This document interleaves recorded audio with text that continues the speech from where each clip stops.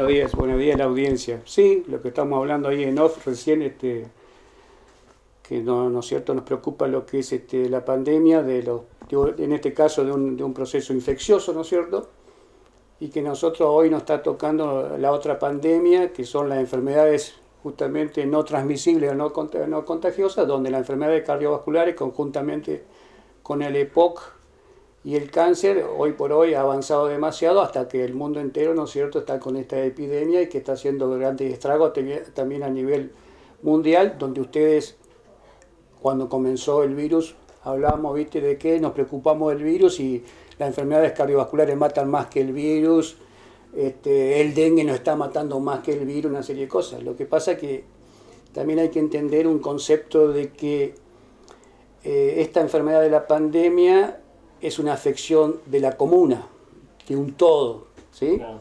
En cambio, las enfermedades cardiovasculares son individuales y nosotros como individuos nos afectamos mutuamente, pero por malos hábitos que nos va llevando esta modernidad, nos está llevando, ¿no es cierto?, que agrupados nos estamos transformando en una endemia, pero no nos contagiamos, sino que cada uno tiene esos malos hábitos que van predominando sobre los buenos y están incrementando de forma exponencial también la enfermedad cardiovascular. Bien, doctor, claro, y tal vez la diferencia está un poco que el virus de llegar de manera masiva genera un colapso que quizás las otras enfermedades no.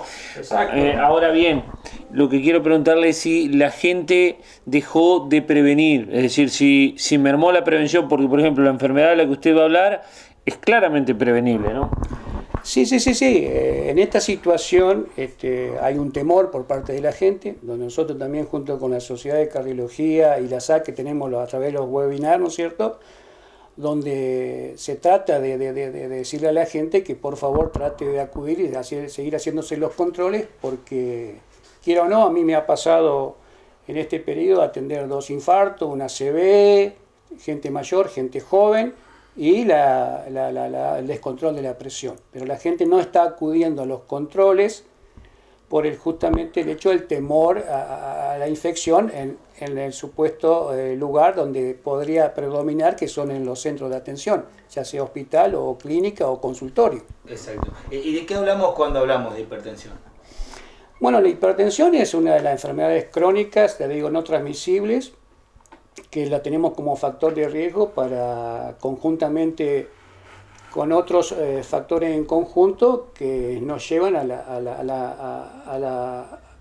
la génesis de las enfermedades cardiovasculares, ¿no es cierto?, que son los infartos cerebrales, los problemas coronarios, la insuficiencia cardíaca, la insuficiencia renal, y son una enfermedad que nosotros cuando, en este caso particular de la hipertensión, siempre le llamamos, ¿viste?, el enemigo silencioso, que entre comillas pasaría a ser algo similar que la pandemia, ¿no es cierto?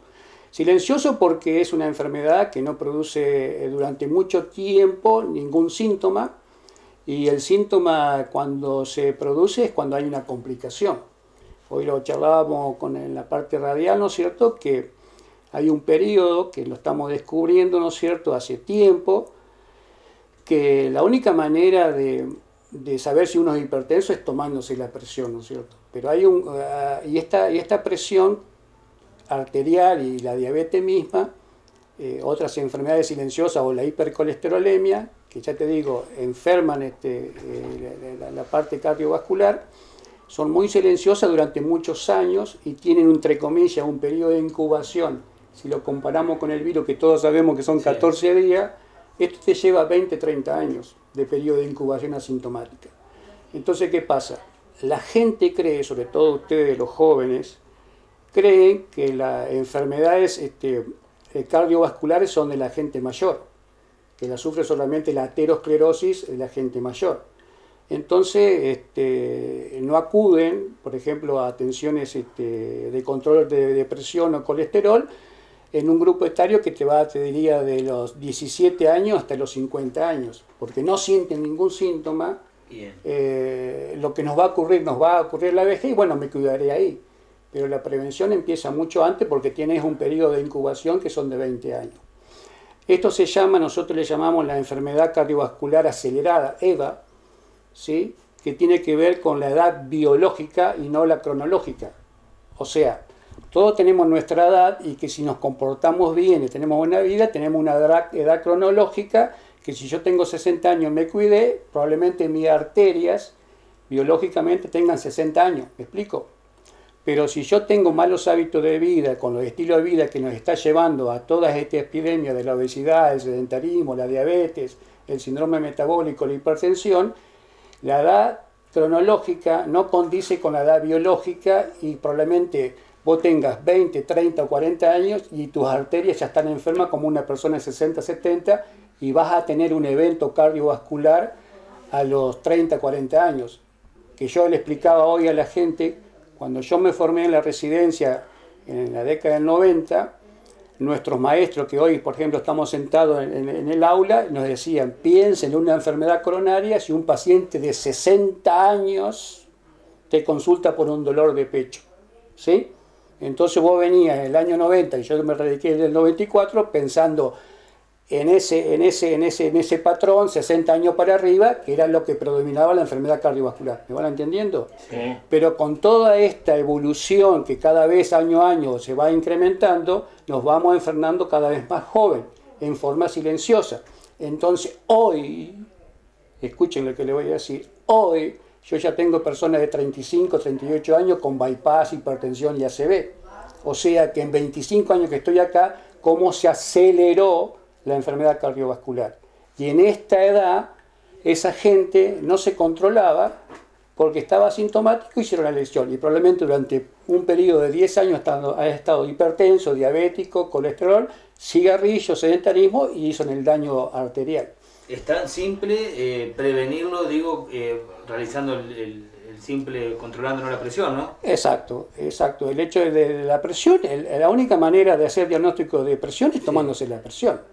Es básico, ¿no es cierto? Lo mismo que el dosaje de colesterol y también de la diabetes, ¿no es cierto? Esos tres parámetros son parámetros de laboratorio que se pueden controlar yendo al médico, ¿no es cierto? Porque también lo hablábamos, ¿no es cierto? Es un grupo etario que yo, ¿por qué digo de los 15 y 16 años? Porque cuando vos estás en la edad pediátrica, vas al pediatra y que termina la edad a los 15 años, ¿viste? Como hay algunos que todavía siguen al pediatra. Después de ahí es el grupo etario entre los 16, 17 hasta los 50 años, no acude más al médico porque no sienten síntomas y estas enfermedades que son las más prevalentes a la cabeza de la morbimortalidad no acuden porque pensamos que es del geronte, ¿sí? Pero a su vez estoy hablando del hombre, porque la mujer acude, ¿por qué? Porque se embaraza o tiene los controles ginecológicos que también gracias a la prevención y estar sistematizada, ella tiene que hacer su control ginecológico, PAP y mamografía para ver si hay enfermedad del cáncer. Entonces ellos han prevenido y gracias a esa prevención han logrado disminuir los riesgos para la mujer embarazada. Pero ¿qué pasa? La mujer con los mismos hábitos que el hombre ha tomado tiene la misma enfermedad cardiovascular y se acentúa aún más cuando la mujer pasa en la menopausia y también no cree en la enfermedad cardiovascular, ¿no es cierto?, sino más en la parte de prevenir los cánceres, ¿y no es cierto? Y sin embargo hoy la mujer está pasando al hombre en la frecuencia de eventos cardiovasculares. O sea, la mujer también tendría que a temprana edad también empezar a controlarse porque después de la menopausia es cuando se incrementa y a su vez nosotros tenemos la menopausia en la mujer como un factor independiente ya de enfermedad coronaria. Bien, ¿y cómo lo prevenimos, doctor? Todo, es decir, la prevención sigue siendo, ¿no es cierto?, inherente a lo que es el chequeo, ¿viste?, médico, que se hagan un control estando asintomático, ¿no es cierto? Tiene que hacerse un control. Lógico que más control a uno le va a asesorar si esto es amplio, ¿no es cierto? No da para todo, es amplio, ¿no es cierto? Pero le digo, si yo tengo mis familiares que son hipertensos, si yo tengo mis familiares, padre y madre, que son diabéticos, ¿no es cierto? Yo tengo que ver cuál es mi genética, ¿sí? Y segundo, tengo que ver cómo me estoy comportando yo a lo largo de mi vida, ¿no es cierto? Si me estoy cuidando y si tengo un buen estilo de vida o no. Si tengo malos estilos de vida, que es fumar, sedentarismo, obesidad, debo acudir al médico para hacer el chequeo desde la toma de presión y laboratorios mínimos. Doctor, para cerrar de nuestra parte, ¿cuáles son los rangos lógicos de presión en alguien que tiene presión baja y en alguien que tiene presión alta? Bueno, no, la pregunta me río porque año a año, viste, ustedes van viendo que la presión cada vez se la baja más. No sabía. Sí, bueno.